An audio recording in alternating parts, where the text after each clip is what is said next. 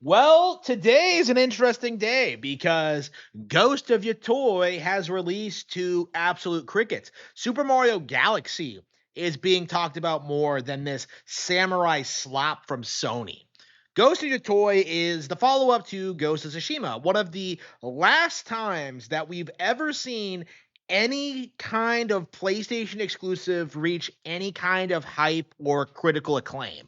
This was the game that people propped up as like the swan song to the PS4. This was supposedly like the game that proved that The Last of Us Part 2 was a failure. And for a long time afterward, this game was propped up as the last true example of anti-woke in gaming. That this was a based representation of real Japanese history, which of course is a completely absurd if you've actually played it. That game is like bursting at the seams with girl bosses and LGBT content, but the narrative was up until the release of Ghost of Yotei that Ghost of Tsushima was based and was a shining example of what gaming should be, and that the developer behind this game was the last major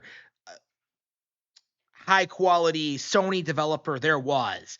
Sucker Punch killed it with that release, which of course was a complete and total cope. When I actually got around to playing Ghost of Tsushima, I was kind of surprised with how lazy it was.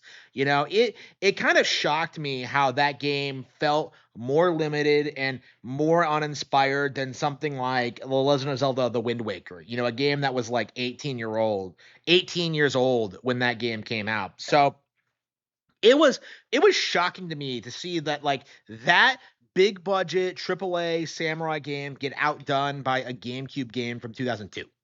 It was remarkable seeing just how many people went to bat for Ghost of Tsushima when it came out. And it's really interesting to see how quickly Ghost of Yotei crumbled because first of all, people weren't falling for the ruse because I noticed going into this that a lot of people were doing the same thing they did with Kingdom Come Deliverance, where they had the same marketing strategy where they hyped the game up as being this incredibly anti-woke base thing for hardcore gamers, and then going into release, then they started marketing it more towards SJWs and LGBT and just like, those kind of degenerates, like that's been the pattern we've seen with these games for a very, very long time, in which like they progressively get more woke over time and eventually they stop catering to actual fans in general. So like Ghost of Yotei tried that, but the instant they unveiled the female protagonist, everybody just noped on out of there.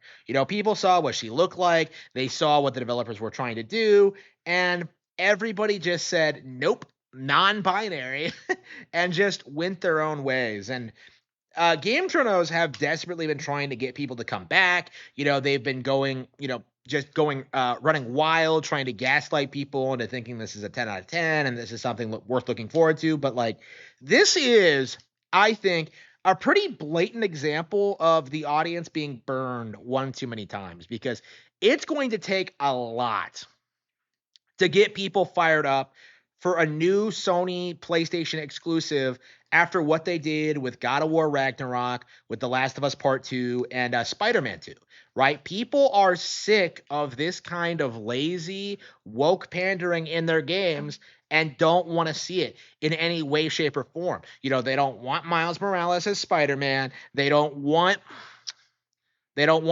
playable Ellie. Like, these developers have showcased that their decisions are not leading into a better product. In fact, they all feel very samey and very repetitive. We're at the point now where like all of these different franchises from Sony all look and play identically. When you compare that to Nintendo, where in this short frame of time we've gotten Mario Kart World, Bonanza, Pokemon ZA, Kirby Air Riders, Metroid Prime 4, all of which look and play completely differently from one another. Like in Nintendo's case, we are seeing like endless amounts of high quality, amazing games for Nintendo fans, but PlayStation owners have to sit there and just take it.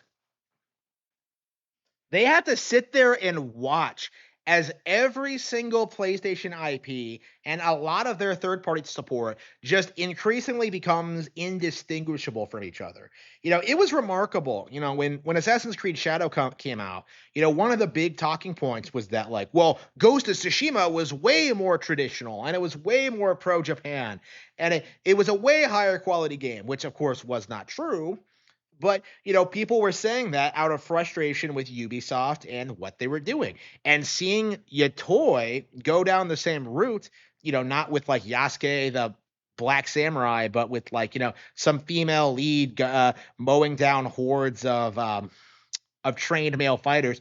Like, it just comes off as patently ridiculous and really should be regarded as such going forward. Like, the girl boss thing has run its course.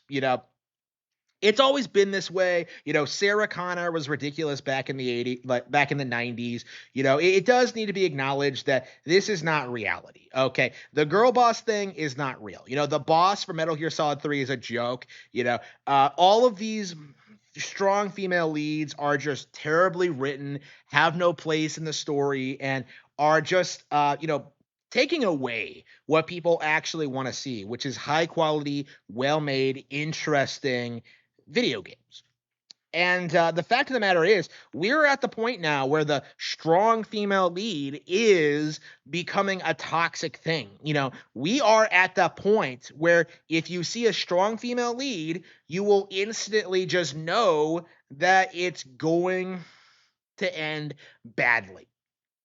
And it's going to be interesting kind of seeing just how well Yotei performs long term, because I do expect this is going to be, to a certain extent, the Last of Us Part 2 situation, in which people slowly start waking up and realizing that, like, they've been bamboozled again. And hopefully this is like, the end of PlayStation as a brand. I hope more people start realizing that PlayStation as a whole is completely compromised, and every single one of their developers and studios is in on the agenda and has been actively trying to push this nonsense for, the past 10 years or longer. It is downright insane how much these people have tried to normalize this kind of behavior, this culture through media. And what's equally impressive is just how much the audience has grown to reject it. And I hope that this specific instance is the beginning of the end of this kind of nonsense in video games. I hope this specific instance really shows everyone just how sick and tired the player base is of the girl boss phenomenon. It will continue for some time to come, but at the very least, I think we can anticipate the vast majority of, critics, of gamers, of YouTubers are beginning to acknowledge the very real problem with this culture and how they go about with their behavior and how they promote their games. This was absolutely appalling to see happen over the past several years, and I hope this is the last we hear of these ghost titles. I hope this is the last Sucker Punch game we see before the studio closes down. I hope this is the beginning of the end of PlayStation as a whole, and this is something I have been looking forward to for a long time. Let's hope that Ghost of Yotei fails hard enough to wake these people up to reality.